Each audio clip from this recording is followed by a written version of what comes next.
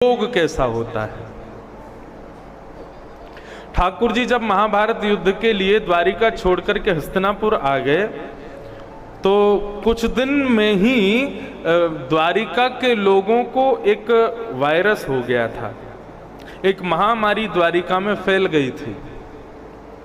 और वो महामारी कैसी महामारी थी? ठाकुर जी के दर्शन ना होने की वजह से द्वारिका के लोगों को बुखार होता था, ज्वर चढ़ता था और ज्वर के कारण उन लोगों के पूरे शरीर में कंपन होता था और उस ज्वर वाले व्यक्ति को, कंपन वाले व्यक्ति को दूसरा कोई देखता था तो उसको भी हो जाता था, उसको भी ठाकुर जी की याद आती थी। रुक्मणी जी ने जब ये देखा तो ठाकुर जी को पत्र लिखा।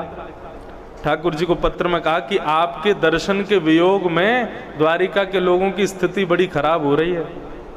तो भगवान ने कहा कि एक काम करो, देवताओं के जो वैद्य हैं अश्वनी कुमार, उनको बुलाओ।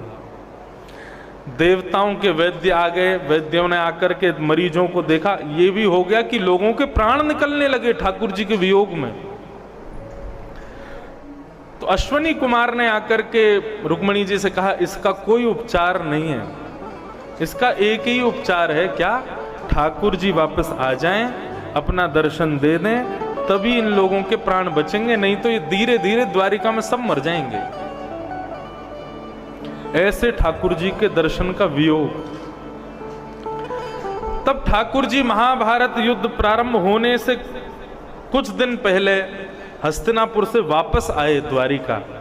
और जैसे ही द्वारिका आए तो द्वारिका में ठाकुर जी के प्रवेश करते ही जितने भी लोग ज्वर में थे सब स्वस्थ हो गए, सब आनंदित हो गए, सब ठीक हो गए। सबने ठाकुर जी को जाकर के प्रणाम किया।